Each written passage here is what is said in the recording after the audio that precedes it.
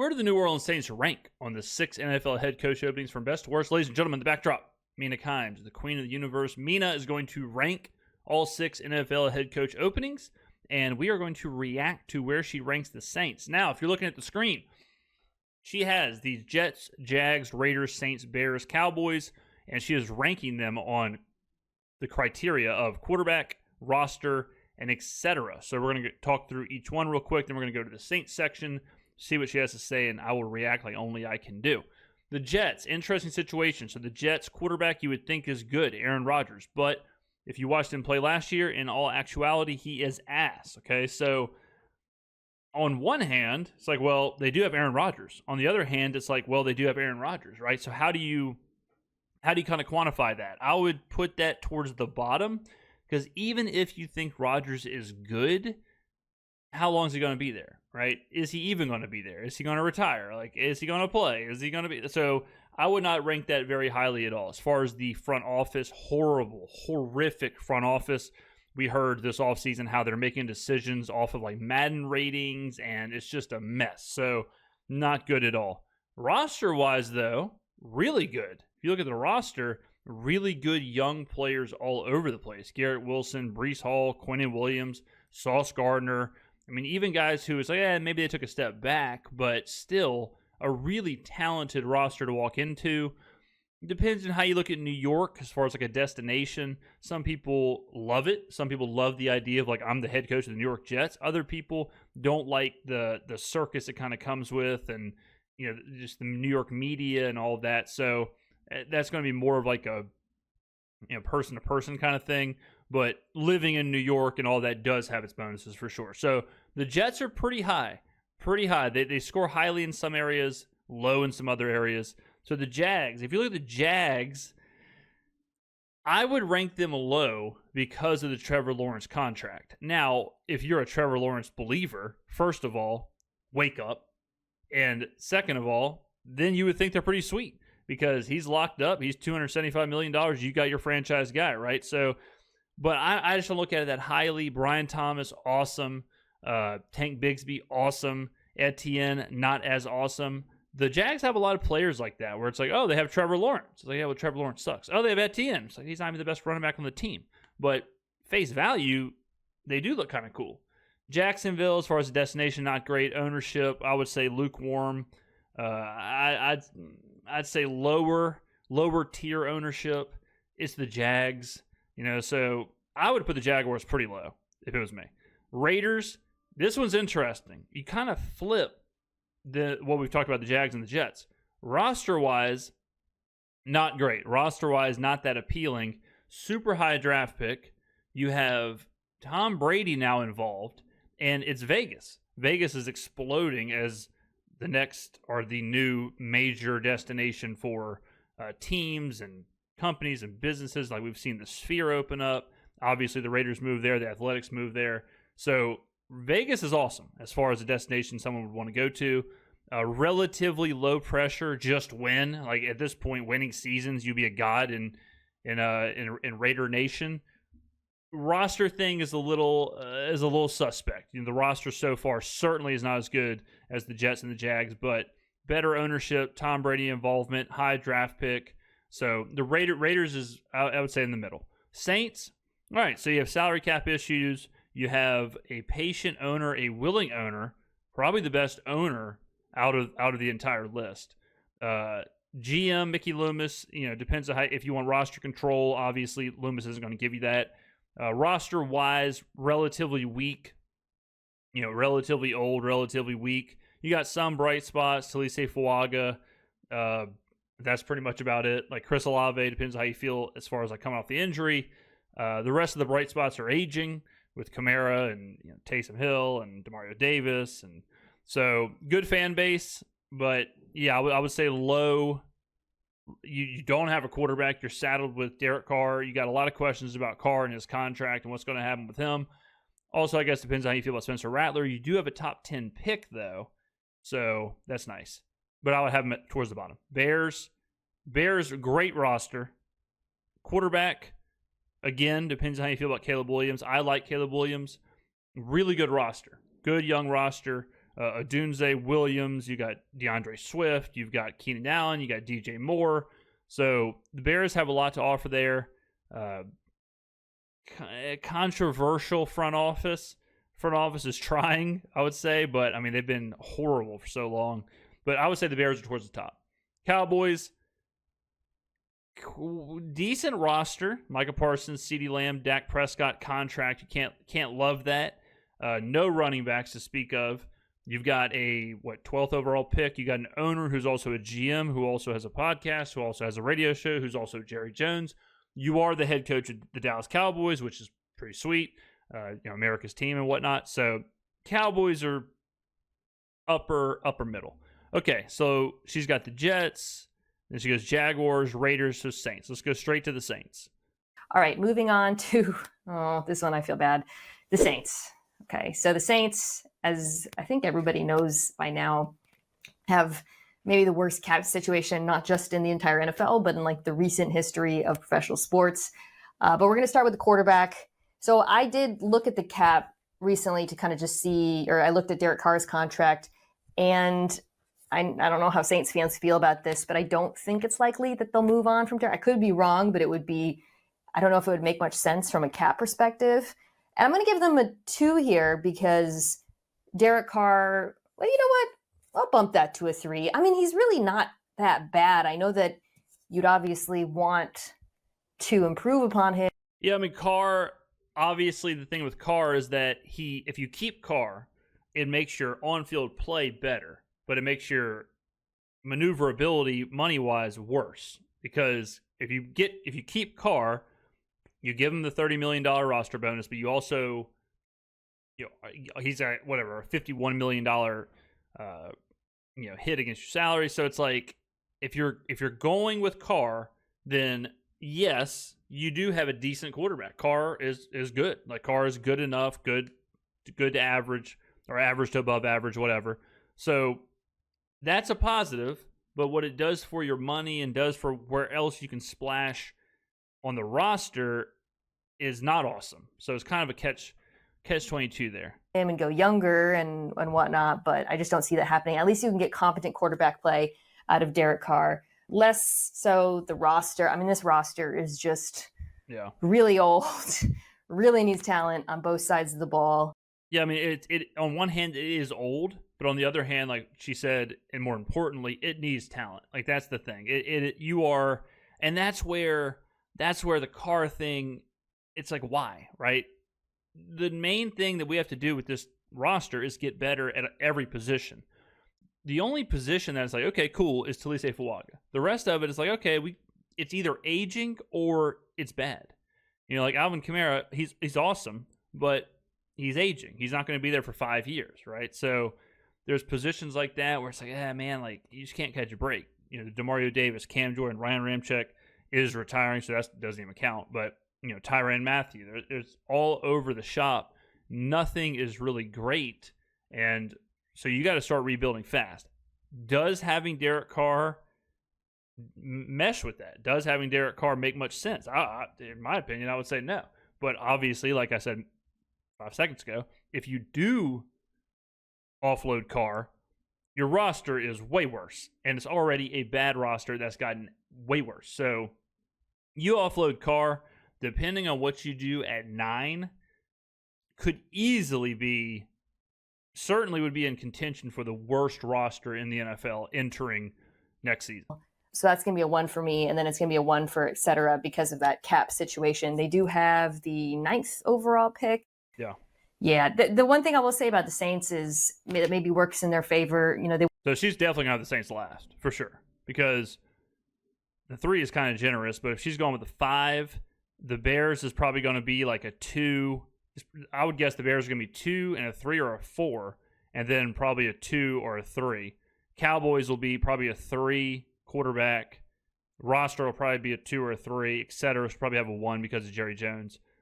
So I guess the Cowboys maybe, depending on how she ranks it, but I still think it's going to be higher than 5. So I think she's going to rank the Saints last. They weren't actually as bad this year as some of these other teams. They had a point differential of -60, which is tied with the Bears and is not close to some of these worst teams. So at least there's I think, improvement for a bounce back season for the new coach.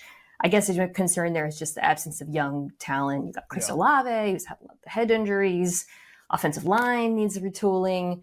So that brings me to a 5 for the Saints.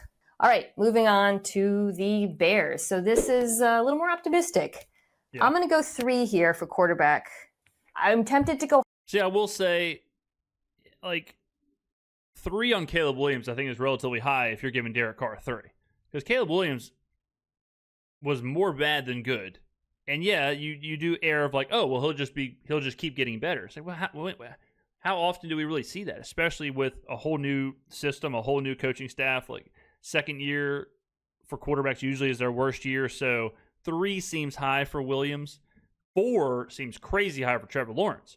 Now, obviously, Trevor Lawrence is very polarizing. I think he sucks, but Mina thinks he's awesome. Higher, because I do think you saw enough flashes out of Caleb Williams to be excited by him. I think a 2 would I be do better think for also, Williams. statistically, I mean, he just struggled so much. There's not a lot of precedent of quarterbacks starting with that kind of record and then bouncing back, although obviously we saw Bryce Young do it at the end of the year. I think it's appealing to, especially an offensive. I think it's appealing, but I would go closer to 2 for Williams. I go closer to 3 for Trevor.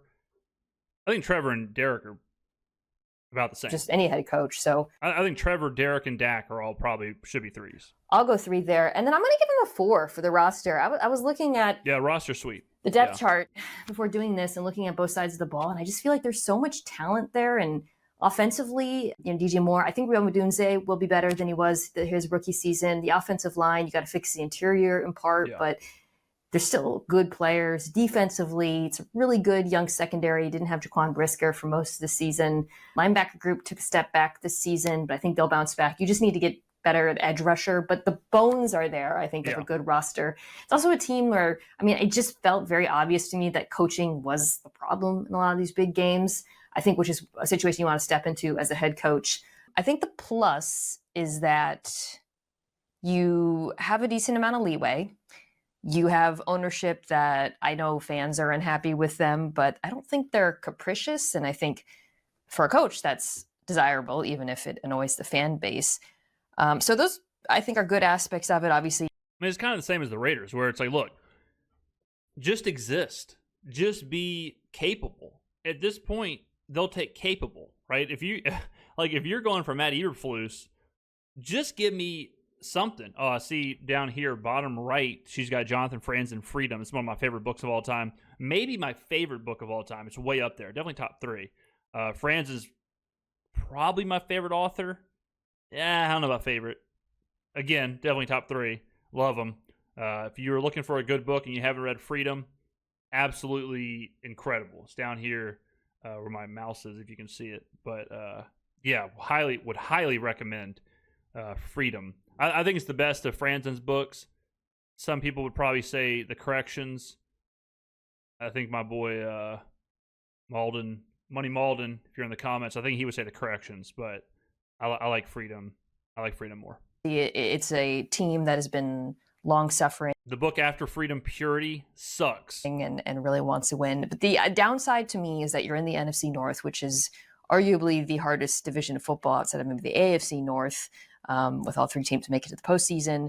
So that dings it a little bit. So I'm going to even it out at about 3. That adds up to 10, which is pretty dang good. Finally, the Dallas Cowboys. Okay, so I'm going 4 here for quarterback.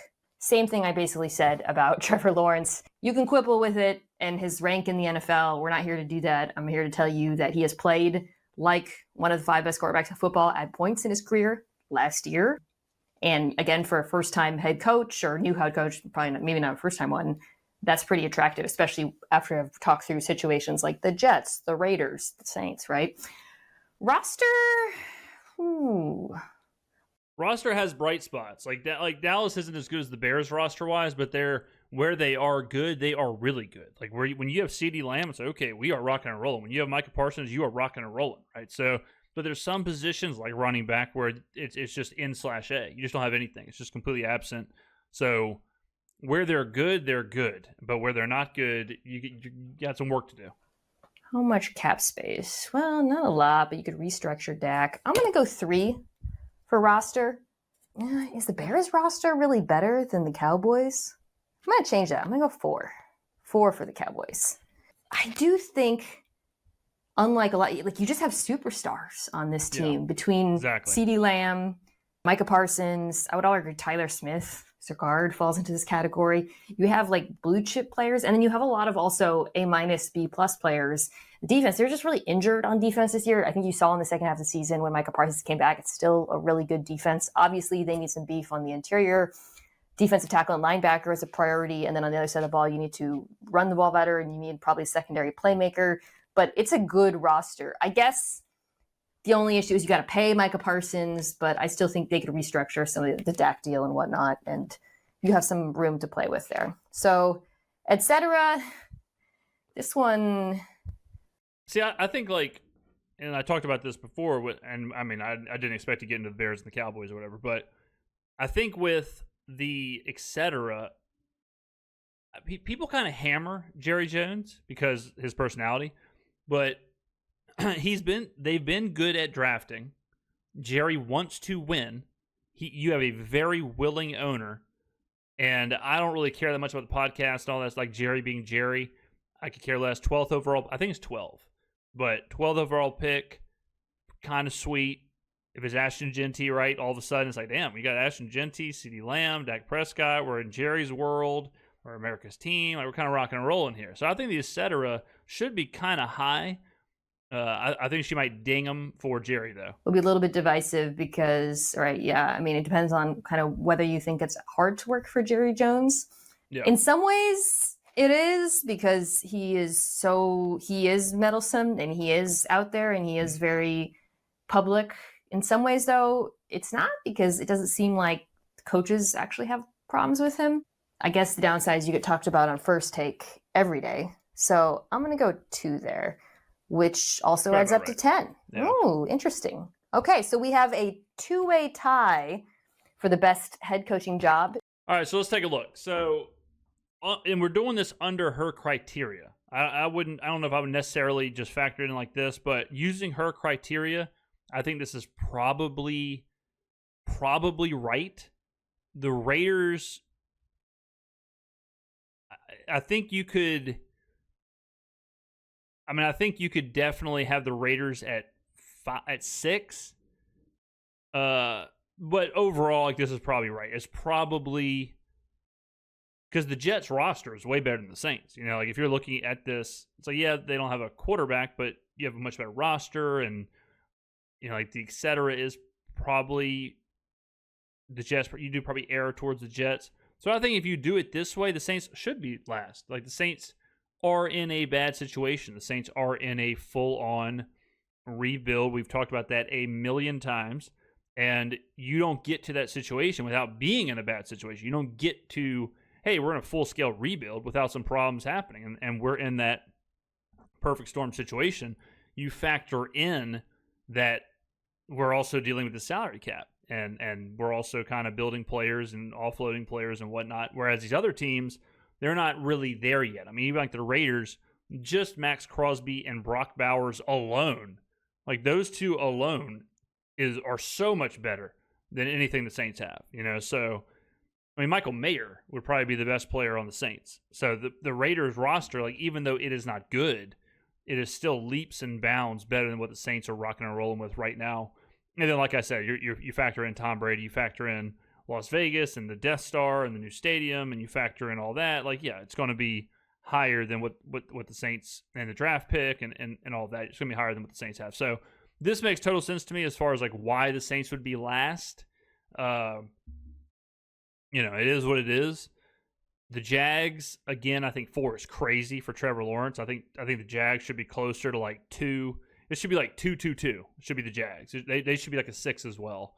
They're down there, I think. I think she rated Trevor a little highly. I'm kind of in the minority when it comes to Trevor Lawrence, but you know, I could be wrong. I never am though. But yeah, I mean, you hate to say it. You know, I hate to sit here and be like, yep, they probably are the worst opening.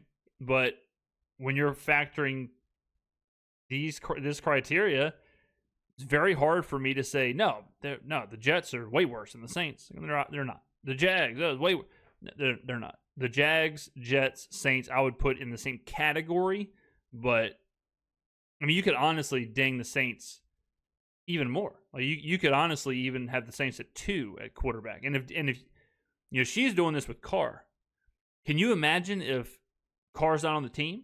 She'd have this at 1-1-1. It'd be a 3. So it's lucky it's a 5. But it's tough, man. It's tough. It's a couple years.